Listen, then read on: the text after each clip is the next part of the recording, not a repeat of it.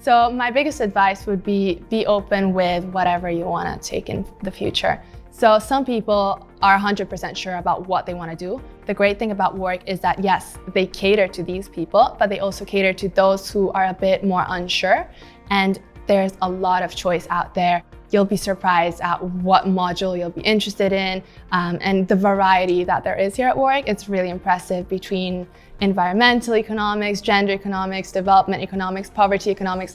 There's really something for everyone out there.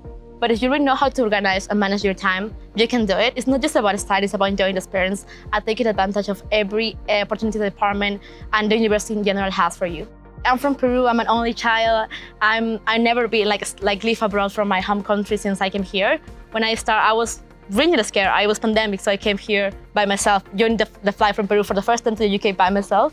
And everything I did here, I was no one I knew from here before. So that was really hard, but I think people from the department actually helped me, my personal tutor and some others talked with me even before flying. So I think I overcame that very difficult moment because I received help from Warwick Economics, and I'm very happy and grateful about that. So one of the most daunting experiences during my time at university was actually going on my year abroad. So I ended up in Munich, but I was originally meant to go to Monash in Australia. Now this was during the kind of tail end of COVID, and so unfortunately my time in Monash was cancelled. But the university was really supportive and gave me a list of universities I could go to that taught in English, and Munich was one of those. So I ended up going to Munich, going to Germany without any prior knowledge of German, as well when my expectations had previously been on Australia. So I found that quite daunting at first, but as an experience, it really helped me develop personally and academically. One advice would be to make sure to really think through of what modules you want to do. I think it's crucial to study something you enjoy and really dig deep into the area of economics that you find the most fascinating or the most interesting.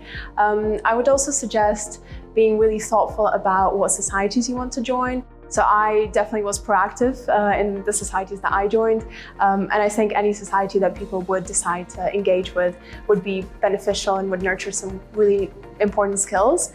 And finally, I'd just say be curious, be proactive, ask lots of questions during lectures or during office hours. Lecturers are fantastic at Warwick, and they definitely want you to ask those questions and be intellectually curious. During my PhD, I had to go through some difficult personal circumstances, but the department and my supervisors were really supportive during that time period, so I would be always eternally grateful for that. Throughout our journey at Warwick, there are a lot of challenges, but when I arrived at Warwick, my English was not great, so the first challenge was to sometimes rewatch lectures, read things more than twice, but with the help of my colleagues and lecturers, everything was fine and I could overcome that challenge. I knew going into it that it would be an unbelievable stretch for me, an unbelievable push, something that would challenge me like I've never had before, no academic stretch that I've ever experienced like it. But I read on a poster which it said, the amazing thing about Warwick Economics is that if you try your hardest, you will be rewarded for your effort. And so I knew that whilst this will be a massive undertaking, whilst I will have to push and try so hard to achieve good grades and do as well as I possibly can, I knew from the very beginning that if I tried my hardest and I kept on going, that I would be successful. And I finished with a first, and it is the greatest achievement that I've ever had, and I'm so proud.